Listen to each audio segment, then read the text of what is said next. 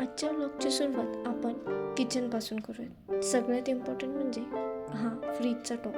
तर तो मी क्लीन करून घेतला होता आणि त्याच्यावरती थोडंसं सामान ठेवलं होतं, कारण की तिथं खूप सामान होतं आणि एक रॅक घेऊन आले होते नवीन, का तर स्टोरेज तिथं जरा कमी पडतं आहे. त्यासोबतच मी एका साईडला चहा ठेवला होता, पण नुसता चहा पिणं इम्पॉसिबल, काहीतरी क्रिस्पी क्रंची पाहिजेच असते.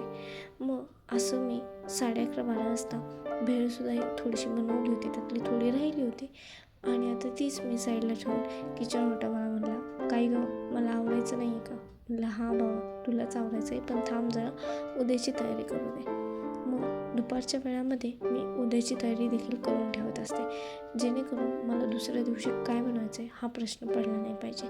मोस्टली तर खूप म्हणजे हाऊसवाईफ असू दे किंवा ज्या काही स्वतः कुकिंग करतात त्यांच्यासाठी हा खूप मोठा प्रश्न असतो की उद्या आपण काय बनवायचं.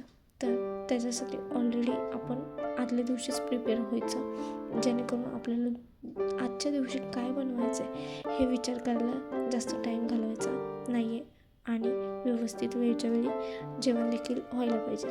तर सकाळच्या याच्यामध्ये थोडासा राईस वगैरे होता, तर तेच मी ॲडजस्ट करून घेतलं होतं की दुपारी आपण ते खाऊयात, म्हणून वेस्ट घालवण्यापेक्षा ते संपवलेलं कधीही चांगलंच असतं.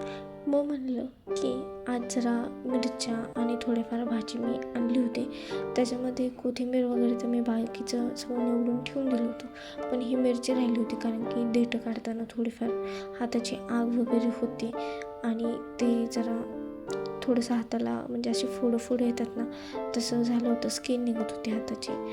तर त्यामुळं मी ते मिरचीचे देठं काढणं टाळत होते, पण म्हटलं आज करूनच टाकूयात, कारण की खूप दिवस नाही ठेवू शकत. मग देठं वगैरे काढून घेत होते तेवढ्या वेळात म्हणजे असं वाटलं की आपण काहीतरी अजून पुढचं प्रिपरेशन करून ठेवत आहोत, त्यासाठी थोडा एक्स्ट्रा वेळ गेला तर काही प्रॉब्लेम नाही आहे. आणि तुम्ही पण ही तयारी नक्की करून ठेवत जा. छोट्या छोट्या गोष्टी आधी करून ठेवले, कामं पण पटकन होतात. तर अशा पद्धतीने माझी मिरची तर इथं देठं काढून सेपरेट करून झालेली आहे. आता मी ही मिरची 2 आठवडे तरी अशीच वापरू शकते, जेणेकरून मला ना तिचे देठ काढत बसायला लागतील, फक्त एका दुसरी कट करायला लागतील. तर इथं हा कपड्यांचा पसारा पडला होता, तर हा पण आवरायचा आहे. पण त्याच्या आधी म्हणलं की आता एक काम करूयात, जरा ढगाळ वातावरण झालं आहे तर झाडांना पाणी घालून घेऊयात. आणि पाणी घालताना एक गोष्ट आठवली की यार, झाडं माझ्याकडे खूप कमी आहेत, म्हणजे 4-5च कुंड्या आहेत माझ्या आणि त्यात पण 2 सेमच आहेत झाडं, जास्वंद. आणि दुसरी गोष्ट असं की एक शोचं आहे आणि एक ॲलोवेरा आहे. आणि इथं मी रिटर्न मागं बघितलं, कारण की मला 40,000चा धक्का लागता थोडक्यात मी सावरली आहे, म्हणून मी अशी पटकन मागं बघितलं. काय झालं तर थोडंसं एकदम स्लो मोमध्ये जर बघायचं झालं तर माझ्या ट्रायपॉडला माझा धक्का लागला बाहेर येताना आणि मोबाईल पडता वाचला आहे. ट्रायपॉड पडला असता त्याचं काही नुकसान नाही आहे, पण मोबाईल पडला असता तर खूप मोठा फटका बसला असता. आणि आता तरी माझी हिंमत नाही की मी अजून दुसरा मोबाईल घेईल म्हणून. आणि आय विश मी घेतलं तर डायरेक्ट आता आयफोन घेऊ शकते, कारण की क्लिअरिटी आणि माझं जे व्हिडिओ आहे त्यासाठी. तर अशा रीतीने इथं मी झाडांना पाणी घालून घेतलं. आणि तुम्ही मला सजेस्ट करू शकता की आउटडोअरमध्ये छोटे म्हणजे हाईटने कमी असणारे जे फ्लावरिंग प्लांट असतात तर ते कुठले आहेत ते सजेस्ट करा.